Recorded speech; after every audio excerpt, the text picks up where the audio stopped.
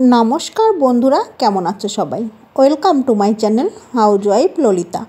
আজ আমি তোমাদের সঙ্গে শেয়ার করব অল্প তেল মশলায় শিম আলু দিয়ে পাতলা মাছের ঝোল। আজকে আমি এই মাছের ঝোলটা তেলাপিয়া মাছ দিয়ে করেছি, তবে যে কোনো মাছ দিয়েই কিন্তু এই মাছের ঝোলটা ভালো লাগবে।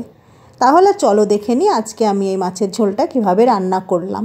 আমি এখানে একেবারে রান্নাতেই চলে যাচ্ছি, আর রান্না করতে কী কী উপকরণ লাগবে সেটা আমি রান্না করতে করতেই তোমাদের বলে দেব। তো সবার প্রথমে আমি মাছগুলোকে ভেজে নেব। তার জন্য আমি গ্যাসে বসিয়ে দিয়েছি কড়াই, আর কড়াইতে দিয়ে দিয়েছি একটু বেশি পরিমাণে সর্ষের তেল। এবার তেলটা ভালো করে গরম হয়ে গেলে তেলের মধ্যে একটু হলুদ দিয়ে তারপরে আমি একে একে এর মধ্যে মাছগুলোকে দিয়ে দেব। মাছগুলোতে আমি আগে থেকেই হালকা করে নুন হলুদ মেখে রেখেছিলাম। এবারে গ্যাসের ফ্লেমটা মিডিয়ামে রেখে মাছগুলোকে কিন্তু একটু লাল লাল করে ভেজে নিতে হবে। একটু সময় নিয়ে কিন্তু মাছগুলোকে ভাজতে হবে।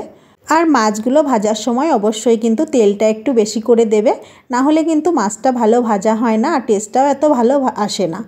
এই একটু বেশি তেল মাছ ভাজার সময় দিয়ে দিলে এই তেলেই কিন্তু মাছের ঝোলটা রান্না করা হয়ে যাবে। পরে আর আমাদের এক্সট্রা কোনো তেল দেওয়ার দরকার হবে না। পরে তেল দেওয়ার থেকে একেবারে মাছগুলোতে একটু বেশি তেল দিয়ে ভাজলেই কিন্তু টেস্টটা বেশি ভালো আসে। তো দেখতেই পাচ্ছ মাছগুলো কিন্তু আমার বেশ লাল লাল করে ভেজে নেওয়া হয়ে গেছে। এবারে আমি মাছগুলোকে তুলে নেব। শিম আলু দিয়ে কিন্তু যে কোনো মাছেরই পাতলা ঝোল খেতে খুবই ভালো লাগে, তবে তেলাপিয়া মাছ দিলে কিন্তু বেশ একটা ভালো গন্ধ ছাড়ে। একবার অবশ্যই তোমরা এই তেলাপিয়া মাছ দিয়ে শিম আলু দিয়ে মাছের ঝোল রান্না করে দেখবে, টেস্টটা অনেক সুন্দর আসে।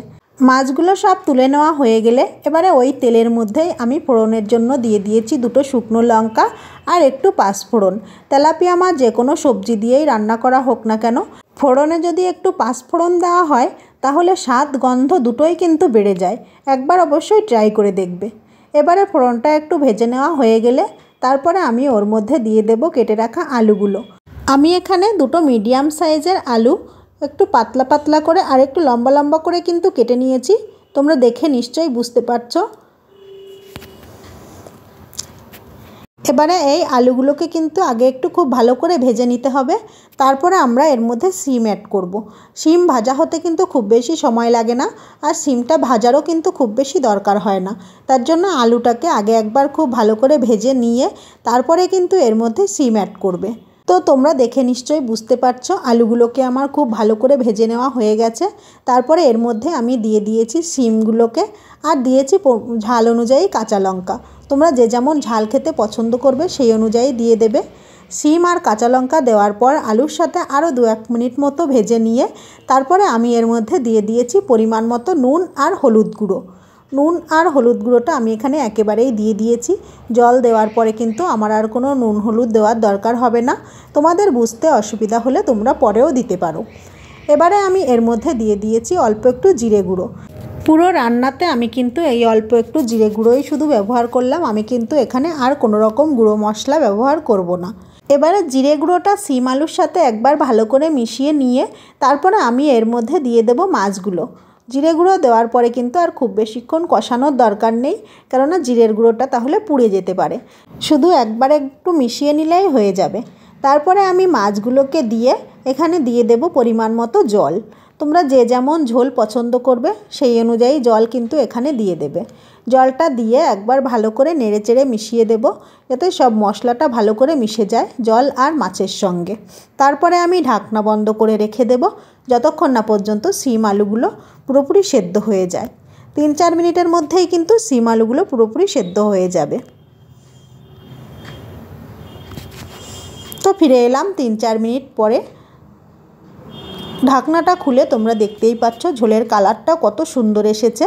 এবারে কিন্তু হালকা হাতেই সব কিছু মেশাতে হবে, না হলে কিন্তু মাছগুলো ভেঙে যেতে পারে। এই পর্যায়ে কিন্তু মাছগুলোও বেশ নরম হয়ে গেছে, আর শিম আর আলুটা কিন্তু পুরোপুরি গলে গেছে। এই যে দেখো, আমি তোমাদের একটু চেপে দেখিয়ে দিচ্ছি, একদম নরম তুলতুলে হয়ে গেছে। এবারে একটু নেড়েচেড়ে মিশিয়ে নিয়ে ঢাকনা খোলা অবস্থায় আরও 2-1 মিনিট মতো ফুটিয়ে নিয়ে তারপরে নামিয়ে নিলেই কিন্তু আমাদের এই পাতলা মাছের ঝোলটা পুরোপুরি রেডি। তবে তোমরা চাইলে কিন্তু এখানে কয়েকটা ভাজা বড়ি অথবা একটু ধনেপাতা দিতে পারো। আমি এখানে সেসবগুলো কিন্তু আর কিছুই ইউজ করলাম না। ওগুলো ছাড়াও এটা খুবই টেস্টি হয়। তো দেখতেই পাচ্ছ আমি গ্যাসের ফ্লেমটা বন্ধ করে দিয়েছি। এবারে আমি মাছের ঝোলটা নামিয়ে গরম ভাতের সাথে গরম গরম সার্ভ করে দেব শিম আলু দিয়ে পাতলা মাছের ঝোল। তো দেখতেই পেলে কত সহজে একেবারে অল্প সময়ে অল্প তেল মশলাতেই কিন্তু আমার এই মাছের ঝোলটা রেডি হয়ে গেল। দেখতে সাধারণ মনে হলেও এর টেস্ট কিন্তু হয় অসাধারণ। গরম ভাতের সাথে এটা খেতে কিন্তু খুবই ভালো লাগে।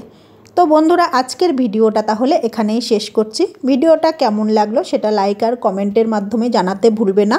আর ভালো লাগলে চ্যানেলটা সাবস্ক্রাইব করে দিয়ে পাশে থাকার অনুরোধ রইল। ধন্যবাদ সবাইকে পুরো ভিডিওটা দেখার জন্যে। সবাই ভালো থাকবে, সুস্থ থাকবে। নমস্কার।